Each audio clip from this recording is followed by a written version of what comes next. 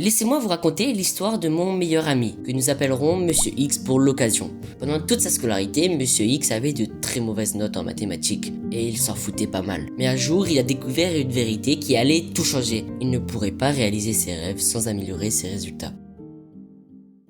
Ce fut alors un déclic. Monsieur X décida qu'il était temps de prendre les choses en main. Ce qui suivit fut le plus grand comeback de sa vie. En quelques mois seulement, il est passé de dernier de la classe à numéro 1 en mathématiques, puis dans toutes les autres matières. Et si je te disais que ce Monsieur X pourrait être toi? À la fin de cette vidéo, tu sauras exactement comment devenir inarrêtable en mathématiques. Mais avant de commencer, il est essentiel que tu comprennes une chose. Ton mindset est la clé de ta réussite. Ton mindset, autrement dit ton état d'esprit, est la clé. Tu dois te persuader que tu es bon en mathématiques. Tu n'as peut-être pas encore les preuves pour le prouver, mais cela n'a pas d'importance. Oblige-toi à penser que tu es excellent en maths et arrête de te cacher derrière des excuses comme « je ne suis pas fait pour ça » ou bien « les autres sont forts naturellement ». Ces excuses sont fausses. Personne ne naît génie des mathématiques. Oui, certains peuvent avoir des facilités au départ, mais ces facilités ne valent rien sans travail. Pense à cet élève qui trouvait les maths trop simples et ne travaillait jamais. Quand le niveau a augmenté, il s'est retrouvé dernier de la classe.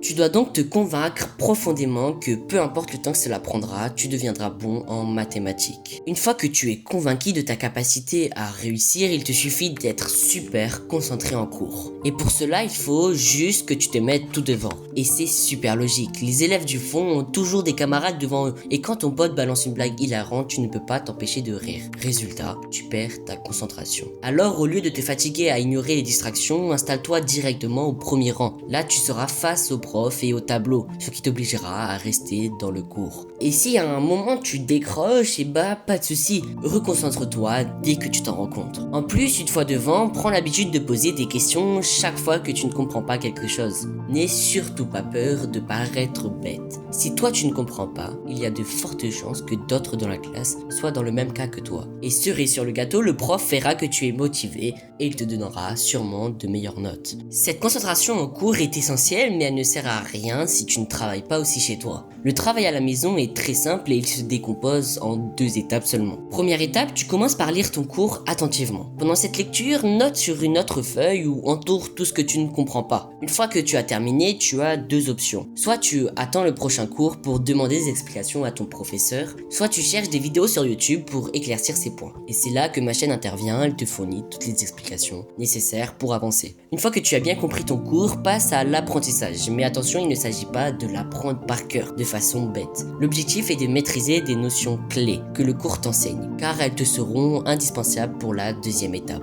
Dans la seconde étape, place aux exercices, mais attention, ne te lance pas dans des exercices sans avoir les corrections. Sinon, tu risques de perdre ton temps. Fais-en un maximum jusqu'à ce que tout te paraisse super simple. Et si tu bloques sur un exercice, ne panique pas. Tu peux demander de l'aide à ton professeur lors du prochain cours ou rejoindre le Discord en description pour obtenir des explications. Les exercices que tu ne réussis pas sont les plus importants. Refais-les encore et encore, jusqu'à ce qu'ils deviennent aussi faciles que les autres. Ce sera là que tu progresseras. Maintenant que tu es prêt, tu n'as plus qu'à appliquer ce que l'on va voir pour ton prochain contrôle. Et ce contrôle, il commence dès la veille au soir. C'est à ce moment-là que les révisions sont les plus cruciales.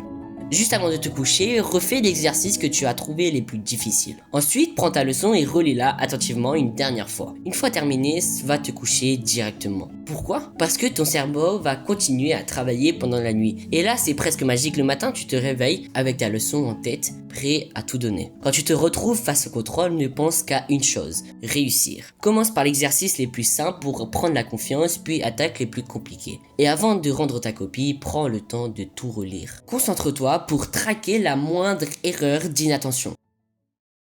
Et voilà, avec cette vidéo, tu as maintenant toutes les clés en main pour impressionner tes potes dans les mois à venir. Et qui sait, peut-être qu'un jour ton prof viendra te voir pour te demander comment tu es devenu aussi fort. Et là, tu penseras peut-être à moi. Votre obligé, au revoir.